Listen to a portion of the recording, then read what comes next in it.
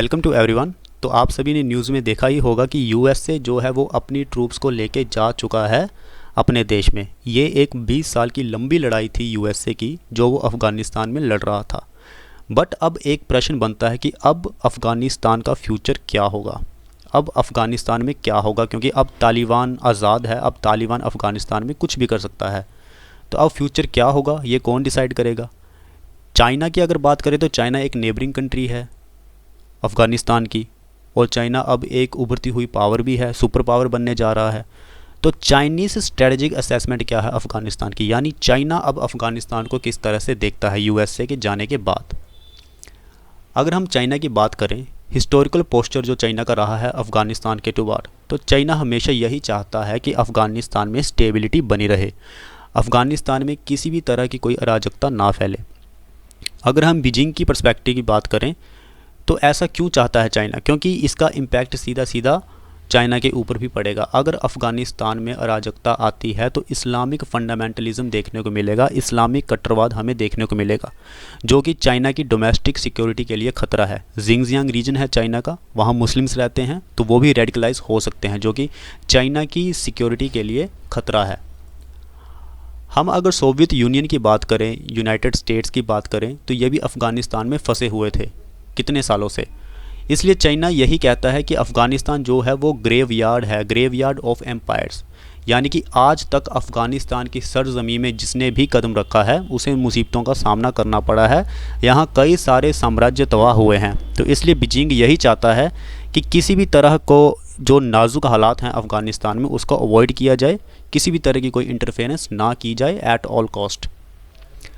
अब चाइना ये भी कहता है कि जब से यूएसए की प्रेजेंस हुई है अफ़गानिस्तान में तो कई सारे कन्फ्लिक्टिंग फैक्टर्स आए हैं। नेगेटिव साइड की अगर हम बात करें तो चाइना कहता है कि यूनाइटेड स्टेट्स ने पूरे के पूरे रीजन को डिस्टेबलाइज़ किया है, इंस्टेबिलिटी वहाँ पे आई है, और कहीं ना कहीं इनडायरेक्टली यूएसए चाहता है कि अफ़गानिस्तान में आके चाइना को भी कंटेन किया जाए। चाइनीज़ पर्सपेक्टिव यही कहता है कि अफ़गानिस्तान में जो रेडिकलाइजेशन होता है मुस्लिम्स का, वो डायरेक्टली कंट्रीब्यूट करता है चाइना के north west Xinjiang Uyghur autonomous region में, जहाँ पे मुस्लिम रहते हैं, और चाइना की सिक्योरिटी के लिए भी ये खतरा है, जैसे मैंने आपको बताया। अब देखिए अफ़गानिस्तान से यूएसए जा चुका है तो वहाँ एक पावर वैक्यूम बन चुका है, यानी कि अब वहाँ पे सत्ता पे किसका काबिज होना है, अब वहाँ पे किसका कंट्रोल होगा, अब ये कौन डिसाइड करेगा, ये अभी बताना बाकी है। यानी कि अब पावर वैक्यूम को फिल करने के लिए अगर कोई कंट्री है तो वो चाइना ही है, because China is a great power. China he south Asia में सुपर है, नॉट इवन साउथ एशिया, पूरे वर्ल्ड में अब चाइना सुपर पावर बनते जा रहा है यूएसए के बाद। तो इस पावर वैक्यूम को कौन फिल करेगा, चाइना फिल करेगा। चाइना अपनी इन्वेस्टमेंट अफ़गानिस्तान में बढ़ाएगा, इसका इम्पैक्ट भारत के ऊपर पड़ेगा। अगर चाइनीज़ इन्वेस्टमेंट अफ़गानिस्तान में बढ़ती है तो इंडिया की जो इन्वेस्टमेंट है उसमें भी हमें इम्पैक्ट देखने को मिलेगा, उसमें भी प्रभाव पड़ेगा। अब क्वेश्चन हमारे सामने दो क्वेश्चंस हैं कि is it normal to end a war this way, क्या यूएसए को इस तरह से युद्ध ख़त्म कर देना चाहिए था। Why was so much stuff left behind in Afghanistan. अगर आप चेक करेंगे तो कई सारे वेपन्स, कई सारे स्टफ टैंक्स जो हैं वो यूएसए ने अफ़गानिस्तान में ही छोड़ दिए हैं। अब यूएसए तो जा चुका है, तो ये जितना भी स्टफ़ है ये किसके हाथ जाएगा। हो सकता है कि ये तालिबान के हाथ भी जा सकता है। यूएसए ने तो अपनी स्टेटमेंट में ये कह दिया कि जो इक्विपमेंट हैं, helicopters, military vehicles, weapons, ammunition, ये सारे हमने अफ़गान मिलिट्री को दे दिए हैं। लेकिन देखिए सम इक्विपमेंट, सम यानी कि कुछ, अब ये भी हो सकता है कि कुछ तालिबान के पास भी हो। देखिए इतना सारा स्टफ़ अगर अफ़गानिस्तान में है तो ये तो रीजन को डिस्टेबलाइज़ करेगा ही करेगा, इंस्टेबिलिटी तो आएगी ही आएगी साउथ एशिया रीजन में, स्पेशली इंडिया, पाकिस्तान और चाइना में। तो ये एक क्वेश्चन है।